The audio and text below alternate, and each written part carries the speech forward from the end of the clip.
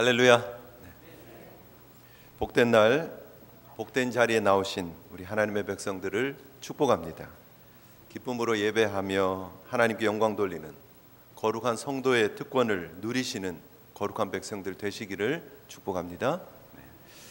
계속해서 우리가 언약의 책을 통해서 그 속에 담겨진 하나님의 마음을 엿보고 있습니다. 겉으로 드러난 여러 법규들, 그 내용들을 보면 이런 거 하라는 거구나, 또 이런 거 하지 말라는 거구나를 말하고 있는 것 같지만, 그러나 그 속에 담겨져 있는 하나님의 마음이 있다라는 것이죠. 요즘 편지를 잘 안 보내는 시대를 살고 있습니다. 가능하면 짧은 문장을 함축적으로 담아서 이렇게 막 보내죠. 편지 대신에 이메일도 보내고 또 카톡도 보냅니다. 근데 카톡 때문에 서로 오해하는 경우들이 되게 많아요. 왜냐하면 그냥 내 생각을 그냥 간단하게 써서 보냈는데 상대방은 내 의견을, 내 생각을 모르고 오해하는 거죠. 그래서 앞뒤 문맥으로 보면 이렇게 이해할 수도 있고 또 저렇게 이해할 수도 있는 건데 나는 그런 의도가 아니고 그래서 보냈는데 상대방은 그것 때문에 오해하기도 합니다. 예를 들면 남녀가 이렇게 좀 썸을 타는 관계라고 하죠. 썸이 뭔지 잘 모르시죠? 저도 사실 잘 몰라요. 그냥 연애 초기 단계를 썸이라고 하나보다 저도 그 정도 알고 있는데 관심 있는 남녀가 서로 편지를 주고받았다고 치죠. 이렇게 문자를 주고받았다고 치죠. 예를 들면 이런 거예요. 남자가 오늘 밤 창밖에 드리운 달빛이 유난히도 밝습니다. 달빛 그림자를 이불 삼아 편안한 꿈속으로의 여행 되시기를 바랍니다. 이렇게 보냈다고 치죠.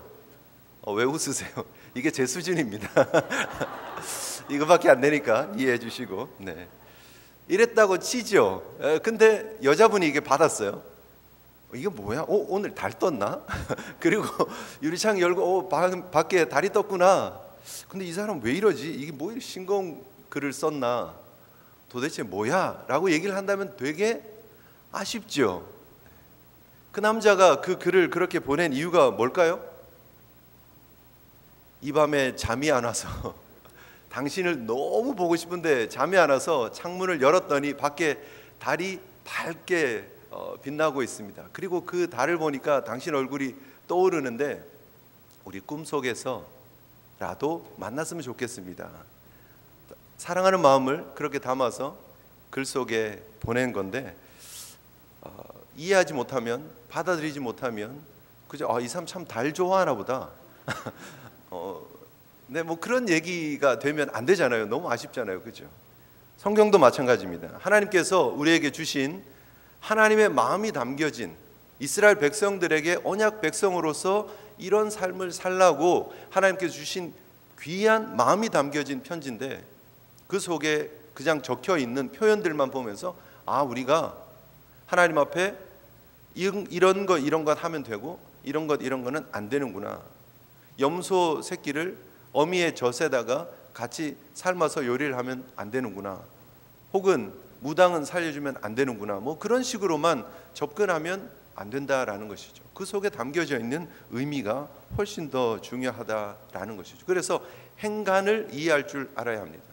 그동안 우리가 하나님 앞에 바른 제단을 쌓고 하나님 앞에 예배하기를 원하는 하나님의 마음을 볼 수 있었습니다. 은혜를 의식하며 하나님 앞에 나와 예배하라라고 말씀하시는 그 하나님의 마음을 볼 수 있었고요. 두 번째는 하나님께서 구성원 속에 있는 하나님의 공동체 속에 있는 사람들의 인격을 서로 존중하며 생명을 존중히 여기는 공동체가 되라라고 말씀하시는 모습을 우리가 볼 수 있었고요. 그리고 우리가 지난 시간에 배상의 규정을 통해서 각자 책임 있는 삶을 살라고 말씀하고 계시는 모습을 우리가 볼 수 있었습니다. 왜냐하면 그 배상의 궁극적인 목표가 샬롬의 회복이었기 때문에, 평안의 회복이었기 때문이다라고 하는 그 하나님의 마음을 우리가 볼 수 있었습니다. 물론 그렇게 율법을 지키면서 책임 있는 배상을 다 한다고 해서 샬롬이 회복되어지지는 않습니다. 궁극적으로 예수 그리스도께서 이 땅에 오시고 십자가를 지시면서 우리의 모든 이 불안하고 범죄한 이후에 가지고 있는 그 두려움들을 해소해 주실 때까지는 원칙적으로 근본적으로 해결될 수 없는 문제였지만, 그러나 구약에서조차 하나님께서 샬롬의 회복을 향해서 하나님의 마음을 보여주고 계시는 내용을 우리가 볼 수 있었습니다. 오늘 우리가 추가로 또 반복되어지는 내용들의 모습들을 우리가 함께 성경을 봉독하면서 볼 수 있었습니다. 자세한 세부적인 규정들도 물론 중요합니다. 성적으로 한 처녀와 관계를 맺었으면 책임을 져라라는 그런 성의 소중함에 대해서 말씀하고 계시고요. 무당에 대해서, 또 짐승과 행음하는 사람에 대해서, 또 다른 제사를 드리는 사람들에 대해서, 또 차별과 압제가 없이 약자의 권익을 보장하는 공동체가 되어야 한다고 가난한 자, 과부, 고아, 또 이방의 나그네 된 사람들을 향한 말씀을 주고 계시고요. 바른 재판이 이루어져야 한다고, 가난한 사람이라고 해서 송사가 한쪽에 치우쳐서 편벽되게 행해져서는 안 된다는 말씀을 주시고, 또 위증하거나 거짓말하지 말고, 거짓 풍설을 따라가지 말고, 다수의 의견이 자기에게 이익이 된다고 해서 그 다수의 뒤에 숨어서 따라가지 말라는 거예요. 정의를 이야기를 하고 바른 말을 이야기를 하는 것이 필요하다. 원수의 길 잃은 소나 나귀를 그 사람에게 돌려주어야 되고, 그리고 내가 미워하는 사람의 나귀가 짐 싣고 가다가 너무 무거워서 쓰러져 있으면 그 짐을 내리는 일을 하는 척만 하지 말고, 신용만 하지 말고 구체적으로 도와주라라고 말씀을 하고 있습니다. 결국 뭐냐면 바른 도덕적인 삶을 살고 정의를 이루어가는, 하나님의 영광을 드러내는 삶을 살라고 요구하고 계시는 것이죠. 도덕적인 공동체, 그리고 정의로운 공동체를 하나님은 원하신다라는 거예요. 물론 여러분, 우리가 분명히 알아야 되는 것은 우리가 도덕적으로 산다고 해서 구원받는 건 아닙니다. 정의롭게 산다고 해서 우리가 구원받는 건 아닙니다. 내가 남의 것을 도둑질하지 않고, 내가 띄어먹지 않고, 내가 자비를 베풀고 선하게 산다고 해서 우리가 구원받는 건 절대 아닙니다. 그러나 적어도 하나님의 사람이라면, 하나님의 은혜로 구원받았다면 도덕적으로 살고 또 정의롭게 살아가야 할 이유가 분명하다라는 것이죠. 하나님은 그 이유를 분명히 반복해서 지금 22장 21절에 보면, 너는 이방 나그네를 압제하지 말며 그들을 학대하지 마라. 너희도 애굽 땅에서 나그네였다라고 말씀하고 계시고요. 23장 9절에도 너는 이방 나그네를 압제하지 말라. 너희가 애굽 땅에서 나그네 되었은즉 나그네의 사정을 아느니라라고 말씀하고 있습니다. 하나님께서 이렇게 도덕적인 삶, 또 정의로운 삶, 사회 정의를 구현하는 공동체가 되어야 된다라고 말씀하시는 이유는 뭐냐 하면, 그들이 노예로 살았기 때문에, 과거에 그들도 억울한 삶을 살았기 때문에, 도덕이 굽어지고 정의가 왜곡되어진 사회에서 살았기 때문에, 그런데 하나님의 은혜로 그들이 구원받고 지금 하나님의 은혜의 공동체 속에서 살고 있기 때문에, 그들이 그 은혜를 기억한다면 이제 도덕이 바르게 세워지고 정의가 올곧게 세워져 있는 그런 공동체를 이루어야 할 책임이 있다라고 하나님은 말씀하고 계시는 것이죠. 분명히 도덕과 정의가 앞서는 것은 아니지만 은혜 이후의 삶에는 분명한 도덕과 바른 정의가 있는 삶을 실천해야 될 책임이 우리 가운데 있다라는 것입니다.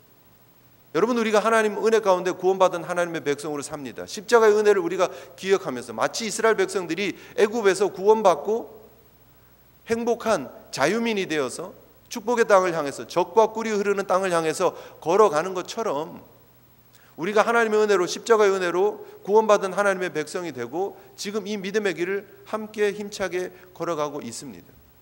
우리의 걸음 속에 그 은혜가 드러나는 하나님이 원하시는 바른 삶, 소위 말하는 도덕적인 삶, 그리고 정의로운 삶을 살아가야 할 책임이 있다라는 거예요. 왜요? 우리가 세상에 보냄받은 하나님의 얼굴이기 때문입니다. 세상에 보냄받은 하나님의 형상이기 때문입니다. 우리 공동체를 통해서 하나님의 모습을 드러내야 하기 때문입니다. 여러분, 교회가 이 땅에 존재하는 한 우리에게 주어진 책임이 물론 선교, 전도입니다. 맞습니다. 그러나 동시에 눈에 보이지 않는 하나님을 우리가 세상에 보여줄 책임이 있다는 거예요. 저와 여러분들의 하루하루의 삶이 아무 의미 없는 나의 편안함을 위해서 혹은 우리 후손들을 위한 하루의 삶이 아니라 하나님의 영광을 위한 삶이라는 사실을 정확하게 기억하면서 살아가는 저와 여러분들이 되어야 한다는 거예요. 그래서 세상에 아직도 하나님이 없다라는 사람들 너무너무 많잖아요. 그런데 그 사람들에게 교회 다니는 내가 살아가는 이 삶의 모습을 통해서 하나님은 진짜 살아계십니다, 내 삶에 역사하신 하나님은 진짜십니다 라는 사실을 보여주어야 한다는 거예요. 솔직히 우리끼리 한번 얘기를 해보죠. 세상에 우리가 보여줄 수 있는 모습이 뭐예요? 예수 잘 믿고 있다, 그리고 우리가 진짜 하나님의 사람이다, 우리는 정말 복받았다, 우린 너무 행복하다, 우리끼리 행복하십니까? 아멘. 그거 10번 100번 1000번 한다고 해서 세상이 압니까? 몰라요. 세상을 향해서 여러분, 우리가 당신 모르지만 우리가 얼마나 주일날 하나님 앞에 예배 드리는 게 거룩하고 뜨거운지 아냐고 얘기하면 그들이 관심이나 있을까요? 예? 우리가 얼마나 뜨겁게 찬양하는지 한번 상상이나 해보라고. 우리가 얼마나 뜨겁게 찬양하는데, 우리가 얼마나 정성껏 헌금을 드리고 얼마나 선교에 열정을 다하고 우리가 많은 시간을 교회에 드리면서 정말 물질의 11조만 드리는 게 아니라 시간의 11조도 하나님 앞에 드리면서 하나님 앞에 영광을 돌리는 일에 최선을 다하고 있다고, 우리는 하나님의 사람이라고 그렇게 얘기를 해봐야 그 사람들이 관심이나 있겠느냐는 거예요. 솔직히 우리가 찬양을 얼마나 뜨겁게 하든, 우리가 얼마나 거룩하게 뜨겁게 예배를 드리든, 우리가 얼마나 많은 헌금을 하나님 앞에 드리든, 얼마나 많은 봉사를 하나님 앞에 했든, 사실은 세상 사람들은 전혀 관심이 없어요. 그리고 몰라요. 알 길이 없잖아요. 우리 공동체 안에서 벌어지는 일을 세상이 어떻게 알겠어요? 우리 CCTV로 막 찍는 거를 우리가 인터넷에 막 올리는 것도 아닌데. 결국 세상 사람들의 관심은요, 우리의 매일매일의 삶의 모습이에요. 안타깝게도 우리의 주일의 모습을 세상은 몰라요. 우리의 내면의 모습들, 우리의 하나님을 향한 우리의 뜨거운 마음, 사랑하는 마음 몰라요. 겉으로 드러나 있는 모습만 보는 거예요. 교회의 모습을 보면서 그들이 판단하고 평가하는 게 뭐예요? 우리 성도들 한 사람 한 사람의 삶의 모습을 보면서 교회를 평가하고 판단하는 거예요. 우리가 그들이 보기에 더 나은 도덕적인 기준을 가지고 정의를 실천하는 삶을 사느냐 아니냐를 지켜보고 있는 거예요. 세상이 왜 교회를 보고 욕을 합니까 요즘? 예? 기독교인들을 좀 듣기 싫지만 개독교인이라고 이야기를 하는 이유가 뭐예요? 예? 목사님을 먹사라고 얘기를 하는 이유가 뭐예요? 그들이 보기에 그들이 가지고 있는, 그들이 익스펙트하는, 기대하는 기대치가 있잖아요. 도덕적인 기대치가 있잖아요. 바르게 살아가는 기대치가 있잖아요. 그런데 그보다 교회가 못하더라는 거예요. 우리가 살아가는 모습이 그들이 살아가는 것과 전혀 별반 다르지 않더라는 거예요. 존경하기는커녕 오히려 우리를 얕잡아 볼 만큼 우리가 참 삶의 모습에 있어서 부끄러운 모습들이 너무 많았다라는 거예요. 그래서 우리가 예배는 잘 드리지만, 찬양은 열심히 하지만, 기도는 뜨겁게 하지만, 큐티도 열심히 하지만, 그러나 세상에 살아가는 모습들 때문에 우리가 욕도 먹고 있고 교회가 평가절하되고 있다라는 것입니다. 너무 안타깝지만 하나님이 원하시는 게 이런 모습일까? 물론 하나님은 하나님께서 은혜로 구원해 주신 우리의 믿음을 보십니다. 그리고 우리가 이미 천국을 보장받았다는 사실은 틀림이 없습니다. 그러나 적어도 사명이 있는 이 땅의 삶을 살아가고 있는 동안에는 세상 앞에서 하나님의 영광, 적어도 우리가 하나님의 형상이라는 사실을 우리가 분명히 알고 구원받은 하나님의 백성으로 이 땅의 제사장으로서의 삶을 살아가야 된다는 걸 우리가 안다면, 적어도 세상이 기대하는 것보다 부끄럽지는 않게끔, 우리는 이렇게 삽니다, 우리는 이렇게 다릅니다, 우리는 세상에 속한 사람들이 아니기 때문에, 천국 백성들이기 때문에, 우리는 하나님의 은혜로 구원받았기 때문에 적어도 이 정도의 삶을 삽니다를 보여주는 삶을 살아야 한다라는 거예요. 그래서 오늘 이 말씀을 우리가 보면서 내가 이런 거 하면 되는구나 안 되는구나만 보지 마시고 조금 분명한 기준을 우리가 가질 필요가 있다라는 거예요. 하나님께서 원하시는 게 뭐냐? 하나님의 공동체 안에는 연약한 자, 약자들이 피해를 받고 혹은 어려움을 당하고 억울한 일을 당하는 일이 있었으면 안 된다라고 이야기를 하고 있는 거예요. 그래서 구체적으로 들어가 보면 오늘 본문에 어떤 내용이 나옵니까? 도덕에 관한 내용들이 나와요. 어떤 남녀예요. 이게 약혼하지 아니한 처녀를 꿰어서 이렇게 얘기를 하는데, 이거는 사실은 힘으로 막 강압적으로 성폭행을 했다는 게 아니에요. 이건 강간을 한 경우가 아니고 계속해서 설득을 해서 꼬드겨서 합의하에 성적인 관계를 맺은 거예요. 그런데 그렇게 맺었으면, 약혼하지 아니했기 때문에, 지금 약혼을 했다라면 분명히 이거는 돌에 맞아 죽어야죠. 그 여자도 죽어야 되고, 성읍 안에서 그랬으면 그 남자도 죽고 돌에 맞아서 죽고, 또 여자도 죽어야 돼요. 성읍 안이었으면. 들판에서 그랬으면 남자는 죽고 여자는 살려주죠. 왜냐하면 도움을 받을 수 없었으니까, 들판이었으니까. 그런데 여기는요, 약혼하지 아니한 경우고, 그리고 설득에 의해서 넘어간 경우예요. 어떻게 꿰었든, 하늘에 달을 따다 준다, 별을 따다 준다, 어쨌든 어떻게 했든 마음을 얻었고 관계가 맺어졌어요. 그런 경우라면 그 여인에게 책임을 다하라는 거예요. 그 여인이 억울함을 당하지 않도록, 그 마음에 부당함이 느껴지지 않도록 책임을 지라는 거예요. 그렇게 꼬드겨서 관계를 맺었으면 결혼하라는 거예요.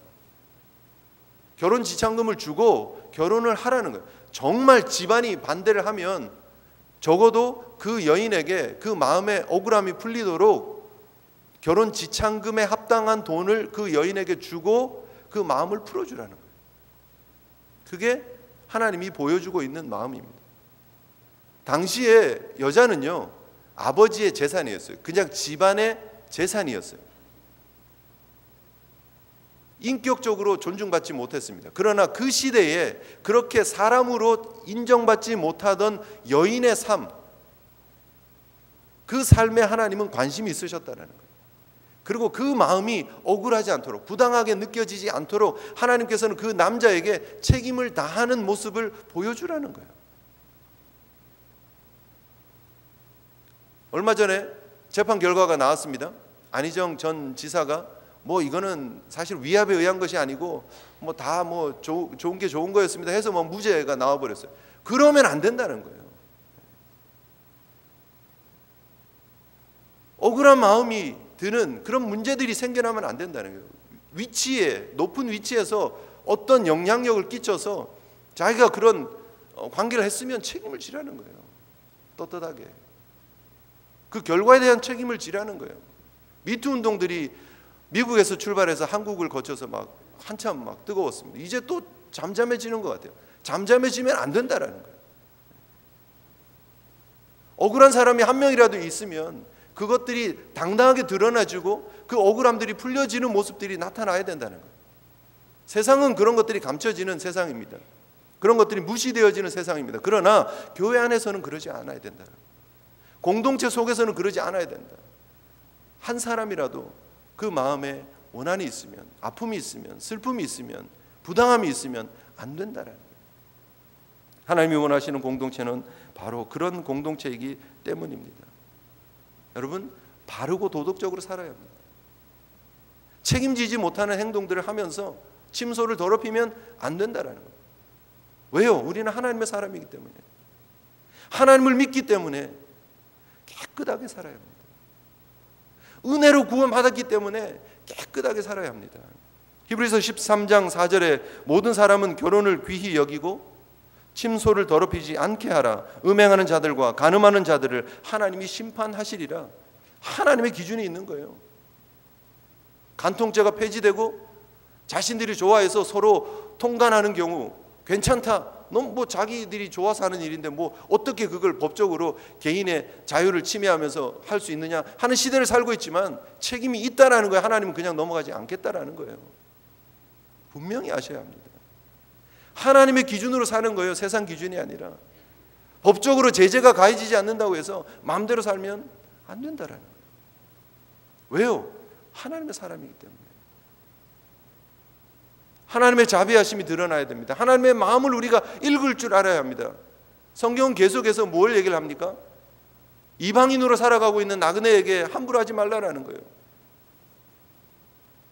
여러분, 사실 이스라엘 공동체는 민족 공동체였습니다. 은혜 공동체, 구원 공동체였습니다. 그 속에 이방인으로 사는 게 얼마나 어려울까요? 그냥 지나가는 나그네가 아니고요. 들어와서 같이 사는, 애굽에서 지금 출애굽할 때 다른 이방 잡족들이 같이 섞여서 출애굽했습니다. 그들에게 잘해주라는 거예요. 하나님을 붙잡고 믿음으로 살겠다고 결심하고 나온 그들을 잘해주라는 거예요. 사실 쉽지 않아요. 우리 한국이라고 하는 우리 단일민족, 소위 말하는 단일민족, 우리 한민족 속에 섞여 있는 이방인들, 외국 사람들 삶이 녹록지 않잖아요. 우리도 사실 이방인으로 이 땅에 살고 있습니다. 이민자로 살고 있습니다. 사실 녹록지 않잖아요. 계속해서 인종 혐오적인 일들이 벌어집니다. 너무 안타깝게 백인 우월주의자들이 지나가는 한국계, 아시안계 노인들을 막 폭행하는 그런 뉴스들이 막 나옵니다. 속상합니다. 유색 인종들이 경찰에 의해서 막 폭행을 당하는 그런 모습들, 차별을 받는 그런 모습들이 나옵니다. 너무 속상합니다. 그런데 여러분, 혹시 우리 가운데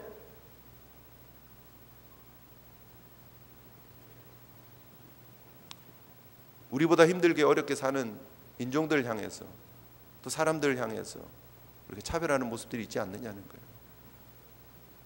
내가 조금 우월하다고 생각해서, 내가 조금 더 넉넉하다고 생각해서, 내가 조금 더, 내가 주인이기 때문에, 혹은 내가 피부 색깔이 조금 더 밝기 때문에 우리보다 힘들게 어렵게 사는 사람들을 무시하며 살고 있지 않느냐는 거예요. 고아와 과부를 향해서, 가난한 자를 향해서 송사가 굽어지면 안 된다라고 성경 분명히 이야기를 합니다. 왜요? 여러분, 성경을 잘 보십시오. 오늘 본문을 여러분 다시 가서 한번 보시면 눈에 도드라지는 단어가 있습니다. 뭐냐면 그들이 내게 부르짖으면이라는 표현이에요. 23절 한번 보세요. 23절. 내가 만일 그들을 해롭게 하면 그들이 내게 부르짖을 건데, 그들이 내게 부르짖으면 내가 반드시 그 부르짖음을 들을 것이기 때문이다 라고 말씀하고 계세요. 27절 보세요. 만약에 유일한 옷인데 그것을 저당 잡히고 밤에 그 옷이, 겉옷이 이불인데, 사실은 그게 지금 저당 잡혀서 없어서 밤에 떨고 있는 사람이 하나님께 부르짖으면, 27절 후반에 보면 그가 내게 부르짖으면 내가 들으리니 나는 자비로운 자임이라 라고 말씀하십니다. 하나님이 왜 우리가 그러면 안 된다라고 말씀하시냐면, 그 공동체 속에 있는 이방인 나그네, 가난한 자, 과부, 고아가 그들이 억울해서 힘들어서 부르짖으면 나는 그거 다 듣는 자비로운 하나님이기 때문에 너희들이 그렇게 살면 내가 그들의 부르짖음을 들을 것이고 내가 그거 다 갚을 것이다 라고 말씀을 하세요. 왜 이렇게 부르짖음이라는 표현이 강조되어지고 있을까? 하나님께서 그들을 부르짖음 가운데 건져주셨기 때문입니다. 출애굽기 2장을 가서 보면 하나님께서 모세를 준비하실 때, 출애굽을 준비하실 때 이런 표현들이 나옵니다. 출애굽기 2장 23절에 여러 해 후에 애굽 왕은 죽었고 이스라엘 자손은 고된 노동으로 말미암아 탄식하며 부르짖으니 그 고된 노동으로 말미암아 부르짖는 소리가 하나님께 상달된지라. 그렇죠? 그리고 하나님께서 아브라함과 이삭과 야곱에게 세운 언약을 기억하셨고 이스라엘 자손을 돌아보셨고 그들을 기억하셨다라고 성경은 분명히 말하고 있습니다. 여러분, 이스라엘 백성들이 출애굽 받았던 그 이유가 뭐냐면 그들이 하나님 앞에 부르짖었고 하나님이 그 부르짖는 것을 들었기 때문이에요. 이스라엘 공동체에 원하는 것은 하나님 앞에 그렇게 부르짖는 부르짖음이 없는 공동체가 되어야 된다는 거예요.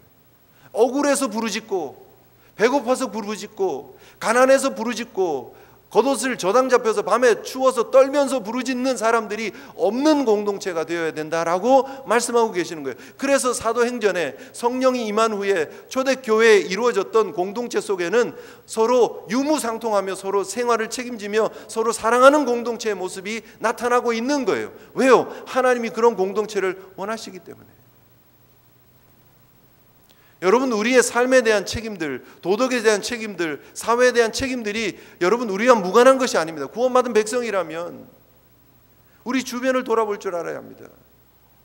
그리고 그 사랑을 실천하며 힘들고 가난한 사람들의 손을 잡아주며 그들의 추위를 관심 가지고 그들의 배고픔에 관심 가지고 목마른 사람들에게 관심 가지는 삶을 살아가는 것, 하나님이 원하시는 삶인 줄 믿으시기를 바랍니다.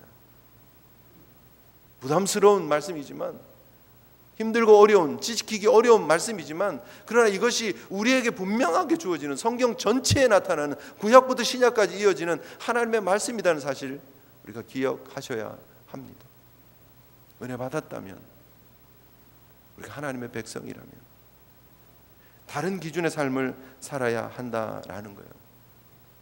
절대적으로 하나님을 붙잡는 믿음의 삶을 산다면 무당을 살려두지 말라. 짐승과 행음하는 사람, 동물과 성적 관계를 맺는 사람들 살려두지 말라는, 멸하라는 거예요. 하나님 외에 다른 신에게 제사를 드리는 사람들 살려두지 말라라는 거예요. 너는 나 외에 다른 신을 내 앞에 두지 말라라고 말씀하신 첫 계명을 어기는 모든 경우를 하나님은 용납하시지 않으세요. 그 공동체 속에는 하나님의 하나님 되심만 드러내라는 거예요. 그래서 하나님의 자비가, 하나님의 공의가 나타나야 된다는 거예요. 정말 하나님만 섬긴다면 무당이 아니라 미래를 예측하는 그런 신들린 여성이 아니라 하나님을 섬긴다면 하나님 앞에 바르게 서야 한다라는 거예요. 고대 근동에는 사실은 짐승과 관계하는 그런 경우들이 왕왕 있었다라고 얘기를 합니다. 특히 종교적인 의식 속에서 그들이 힘이 센 짐승들 혹은 신성시하는 짐승들과 관계를 맺으면 그 짐승의 그 힘 혹은 그 짐승의 능력이 자기 것이 된다라고 믿었어요. 그래서 그런 종교적인 마음을 담아서 성적인 관계를 맺기도 했다라는 거예요. 이게 다 종교적인 타락들이에요. 영적인 타락들이에요. 그래서 하나님은 그런 것들을 반드시 죽여야 된다라고 얘기를 하고 계신다는 거예요. 과연 우리는 그렇게 살고 있느냐는 거예요. 과연 우리가 하나님의 마음을 안다면 정말 하나님의 영광을 드러내는 백성으로 우리가 살고 하나님의 자비와 공의를 드러내는 삶을 산다면 세상과 다른 기준으로 살고 있느냐는 거예요. 혹시 장난으로라도 여러분 오늘의 운세 보고 있지 않느냐는 거예요. 남들이 간다 그래서 따라가면서 점 보고 있지 않느냐는 거예요. 우리랑 무관한 얘기고 미국에서는 없는 것 같지만 그렇지 않더라는 거예요, 사실은. 작년 2017년 말 통계로요. 2017년 말에 경신연합회는 무당 단체입니다. 한국 역술인협회는 역술인 단체입니다. 그래서 그 두 단체를 이렇게 합하면 그 단체가 한 10년 전에 통계로 보면 한 7만에서 많게 잡으면 10만, 14만 뭐 이렇게까지 봤었대요. 근데 지금 작년 2017년 말 통계입니다.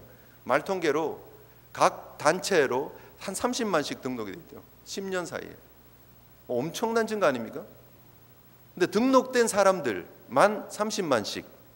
근데 비등록 무당, 비등록 역술가들을 다 포함을 하면 각각 한 50만은 넘을 거다라고 이야기를 합니다.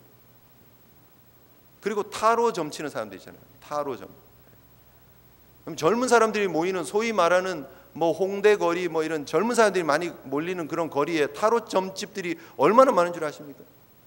젊은 사람들부터 나이 많은 사람들까지 심지어 정치인들까지.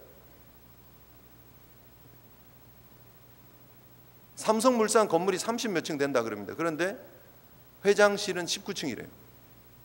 왜요? 그게 풍수질에 좋은 층이래요. 면접 보면서 역술인들 붙여놓고 관상 보면서 취직을 시키는 아직도 그런 시대를 우리가 살고 있습니다.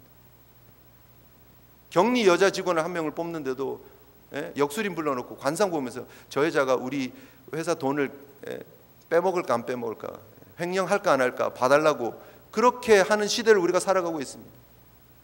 이사를 하나를 해도 결혼을 해도 궁합을 보고 좋은 날짜 꼽아가지고 이사하고.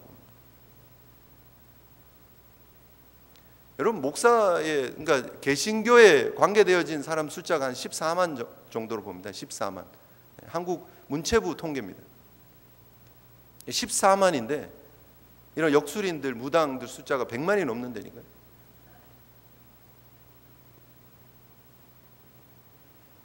여러분, 우리가 이런 시대를 살면서 과연 우리는 그 세상의 영향 가운데 깨끗하냐 하는 거예요.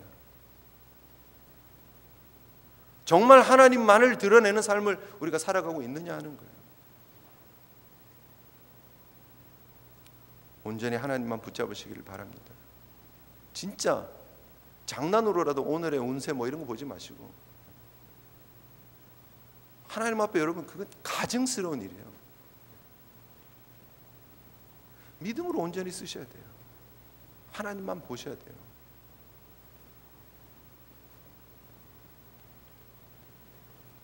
나는 너희 하나님이 되려고 너희를 애굽 땅에서 인도하여 낸 여호와라. 내가 거룩하니 너희도 거룩할지니라.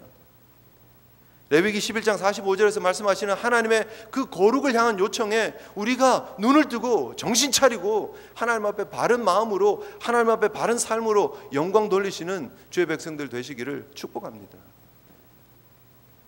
공의, 사회 정의에 우리 관심 있어야 합니다. 솔직히 이거는 우리가 함께 통감하며 좀 회개해야 될 부분이에요. 개신교회가, 여러분, 우리가 잘못하고 있는 게 뭐예요? 사회 정의 문제에 대해서 사실 좀 관심이 덜 하잖아요, 많이. 천주교, 불교에 비해서 훨씬 덜한 것 같아요. 군부 독재 시대에 사실은 정말 우리가 그 약자들, 억압당하는 사람들, 그 사람들을 지켜주며 그들 편에 섰었어야 되는데 우리는 솔직히 우리는 그러지 못했다는 거예요. 개신교회는 그러지 못했어요. 조찬 기도회나 열고 가서 그 사람들을 축복해주고 정권에 손을 비비면서, 그리고 여기까지 왔어요. 부끄러운 역사입니다. 회개해야 합니다. 과연 우리는 지금 어떠냐는 거예요. 다수를 따라서 우리의 이익을 위해서 막 이리 휘청 저리 휘청하고 있지 않습니까? 한국 많은 기독교가 사실은 너무나 있는 사람들 편에 서 있지 않습니까? 한국 많은 기독교인들이 자신들 아파트값 떨어지느냐 올라가느냐에만 관심이 있지 않습니까? 아파트값이 올라가면 좋은 정치인이에요. 좋은 사람들이에요. 그리고 거기에 무조건 표를 찍어요. 그게 어떻게 말이 되는 얘기입니까? 사실 뭐가 옳은지 틀린지도 모르고 다수가 좋아하면 따라가고 나에게 이익이 있으면 표 찍어주고, 그럼 말도 안 되는 일들 하면서 기독교인이라고. 여러분, 우리 자신, 우리 정체성을 깨달아야 합니다.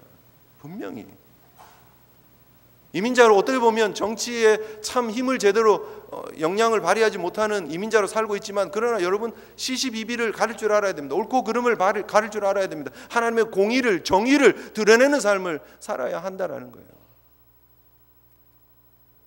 그리고 그 문제를 놓고 기도하셔야 합니다.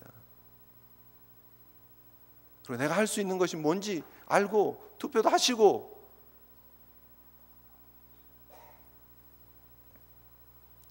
우리의 살아가는 이 모습이 하나님 영광을 드러내는 모습이냐 아니냐에 달려있는 문제들이기 때문입니다. 여러분, 재밌는 거 한번 보십시오. 31절 한번 보세요. 22장 31절.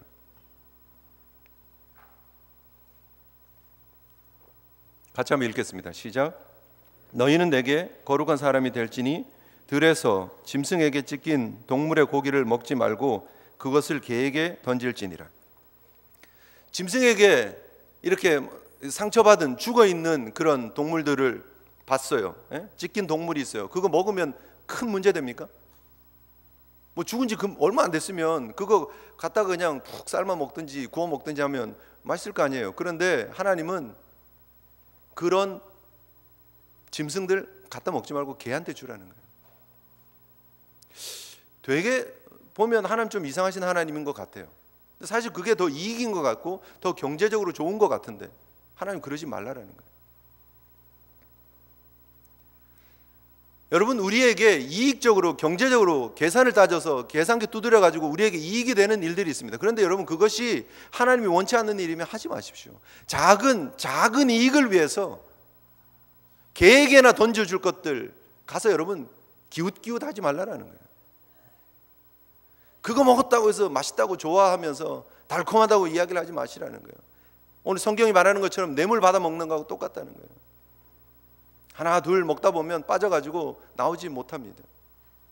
그런데 여러분, 이 찢겨진 동물의 사체를 먹는 거가 우리의 거룩하고 관계가 있다라는 거예요.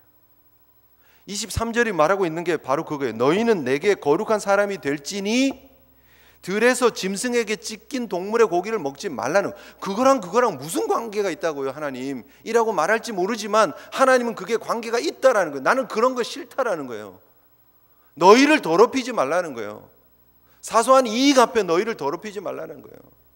길에서 죽은 동물들 그거 갖다 먹으면서 나의 거룩한 백성의 자존심을 더럽히지 말라는 거예요. 여러분, 되게 충격적이지 않습니까?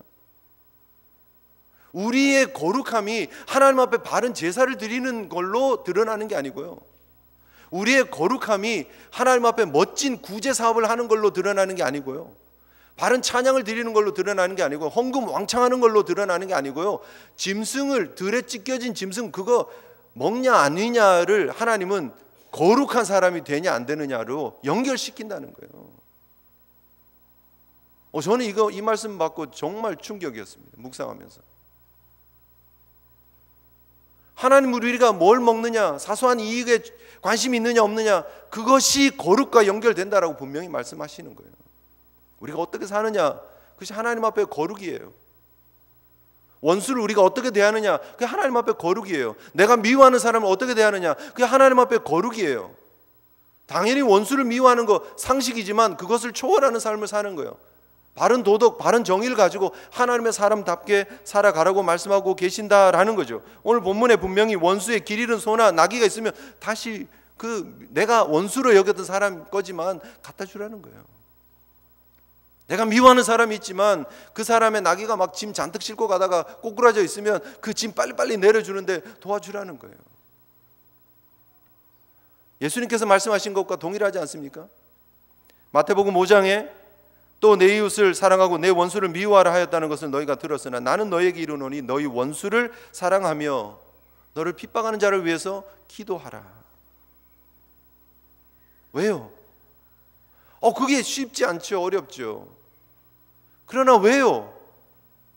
그것이 우리 하나님의 온전하심이기 때문에, 그 하나님의 온전함을 우리도 추구하는 삶, 우리도 드러내는 삶, 그렇게 해서 천국 백성의 삶을 하나님은 살기를 요구하고 계시기 때문에, 그러므로 하늘에 계신 너희 아버지의 온전하심과 같이 너희도 온전하라라고 말씀하고 계시는 거예요. 로마서 12장 이하에 보면, 12장 14절 이하에 보면 너희를 박해하는 자를 어떻게 해요? 축복하고 저주하지 말라. 아무에게도 악을 악으로 갚지 말고 모든 사람 앞에서 선한 일을 도모해라. 할 수 있거든 너희로서는 모든 사람과 더불어 화목해라. 원수가 줄이고 목마르면 먹을 것 주고 음료를 주라는 거예요. 내 원수가 줄이거든 먹이고 목마르거든 마시게 하라. 그리함으로 내가 숯불을 그 머리에 쌓아 놓으리라. 이게 여러분 하나님의 사람들의 삶의 방법이에요. 머리에 숯을 얹어놓은 것처럼 뜨끈뜨끈하게 그들의 삶이 부끄럽게 우리의 원수들, 우리의 대적자들을 향해서 하나님의 사랑, 하나님의 온전하심을 보여주어 버리라는 거예요. 그래 우리 이 정도야, 우리를 과시하기 위해서가 아니고요, 하나님의 은혜를 받았기 때문에 악에게 지지 말고 선으로 악을 이길 수 있는 하나님의 백성다운 온전함이 드러나는 거룩한 성도의 삶이 되시기를 주님의 이름으로 축복합니다. 하나님의 온전하심, 하나님의 거룩하심이 우리가 어떤 음식을 먹느냐, 무엇을 마시느냐에 달려있다는 사실을 기억하면서 하나님 앞에 살아갈 수 있는 저와 여러분들 되었으면 좋겠습니다. 함께 기도했으면 좋겠습니다. 우리 삶을 좀 돌아보면서 기도했으면 좋겠습니다. 너무나 우리가 작은 이익 앞에 흔들리면서 길거리에 떨어진 짐승의 사체들 주워 먹으면서 살고 있지는 않았었는지, 우리 주변에 부당하게 억울함을 당하게 하는 일들이 있음에도 불구하고 우리가 모른 척하면서 살고 있지는 않았는지, 하나님 외에 다른 신이 우리 가운데 있으면 안 됨에도 불구하고 적당히 타협하면서 살고 있지는 않았었는지, 철저하게 하나님 영광 드러낼 수 있는 하나님의 사람 되게 해달라고, 하나님의 자비와 하나님의 공의를 드러내는 믿음의 걸음 걷게 해달라고, 우리 하나님 앞에 우리 자신을 돌아보면서 결단하면서 기도했으면 좋겠습니다. 기도하시겠습니다.